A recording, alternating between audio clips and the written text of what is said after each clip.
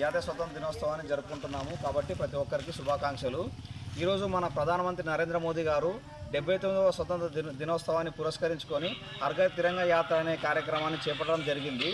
ఇందులో భాగంగానే ఈరోజు 79వ స్వతంత్రాన్ని జరుపుకున్నాము. ఇక్కడ మనము ఎందుకు జరుపుకుంటున్నామంటే స్వతంత్ర ఫలాలను మనం అనుభవిస్తున్నాము, అంటే మనం స్వేచ్ఛను అనుభవిస్తున్నాము. కానీ మనకు జాతీయ భావత అనేది ఇంకా తెలియట్లేదు. ఎంతసేపు ఉన్న నా ఇల్లు, నా కుటుంబం, నా ఫ్యామిలీ, నా ఊరైన కథ తప్పనిస్తే భారత్ అంటే మన దేశం కోసం ఏం చేస్తున్నాము, దేశానికి మీకు అన్ని ఇచ్చింది, ఈ దేశంలో మీకు జన్మనిచ్చింది, మీ తల్లిదండ్రులకు జన్మనిచ్చారు, మీకు ఫ్రీడమ్ ఇచ్చారు. మీ మీద ఏదైనా జరుగుతుంటే ఈగ వాళ్ళకుండా మనకు S-400 లాంటి పెద్ద పెద్ద యుద్ధ విమానాలు తయారు చేసి వేరే దేశం శత్రు దేశాల మీద దాడి చేసి మనకంటే ఒక చీమ కూడా కుట్టనట్టుగా చేస్తున్నటువంటి ప్రభుత్వం మనకి ఈరోజు ఉంది. మనకేంటంటే మనం కేవలము దేశానికి మనం ఏమి ఇస్తున్నామని ఆలోచన చేసుకోవాలా. ఖచ్చితంగా ఇప్పుడు ఎంతసేపు నా మోటార్, నా కథ, నా పిల్లలు ఇది కాదు, దీనికంటే ఇంకా చాలా ఉంది.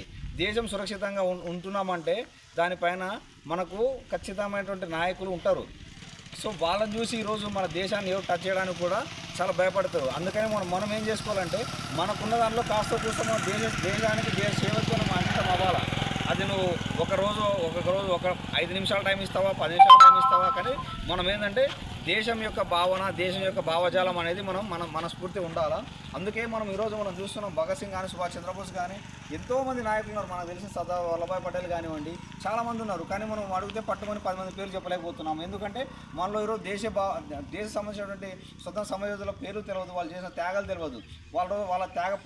వాళ్ళ యొక్క త్యాగ ఫలమే ఈరోజు మనం ఇంత స్వేచ్ఛగా ఉండగలుగుతున్నాము. మనం చూస్తున్నాము గతంలో ఎమర్జెన్సీ పీరియడ్లో కనీసం మనం మాట్లాడడానికి అవకాశం లేదు, మాట్లాడితే తీసుకొని జైలు పడేస్తారు.